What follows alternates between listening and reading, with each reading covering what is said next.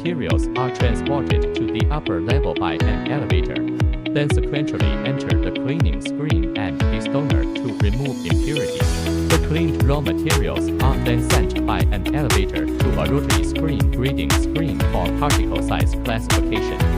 The graded materials are then transported by an elevator to a crusher for standardized crushing. The crushed materials are then steamed and roasted in a steaming and roasting pot. The steamed and roasted materials are then transported to an oil press for the core pressing process.